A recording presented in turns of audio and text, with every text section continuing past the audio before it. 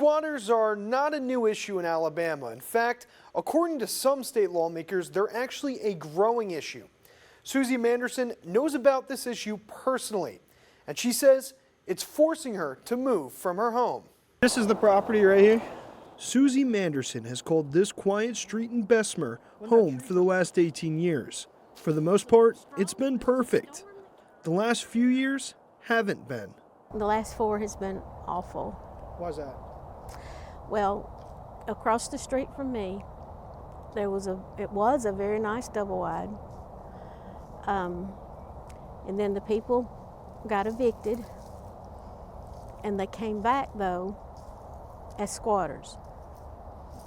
They've lived over there without power, without water. Manderson says the squatters have been causing chaos in her neighborhood. They would get out in the yard and have domestic fights and start shooting guns. The property does have no trespassing signs on it, with phone numbers of the property owner. We called the number and found the property is owned by a mortgage company out of Tennessee. They told us to call their media department for more information, but did not respond to our repeated calls. Manderson and her neighbors reached out to the sheriff's department to try and solve the problem. They say they made dozens of calls to the Jefferson County Sheriff's Office, but was told there was nothing that could be done. They would come out here, yes ma'am, we know, we have certain protocols we got to do, and squatters have rights. Squatters have rights. We're law-abiding citizens living on a quiet street, just making a living, living life, paying taxes, but squatters have more rights than us?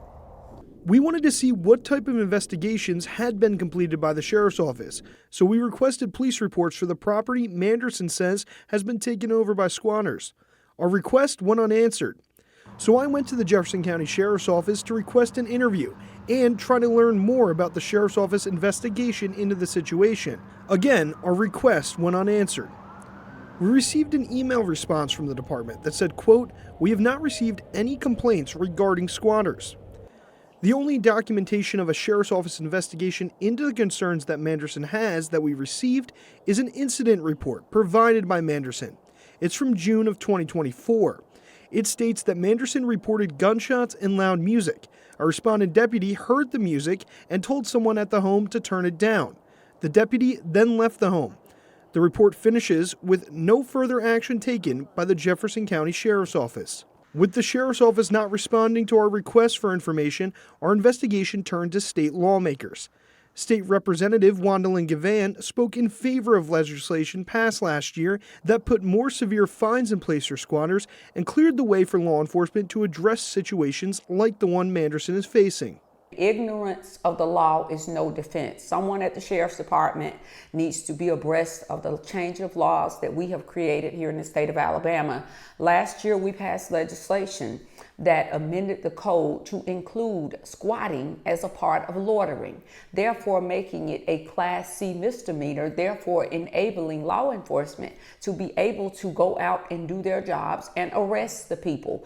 Manderson says she's in the process of moving because of the situation going on across the street from her home. Representative Gavan says if you are facing a situation like this, you should reach out to law enforcement and report the issue. In the studio, Scott Minshaw, CBS 42 News.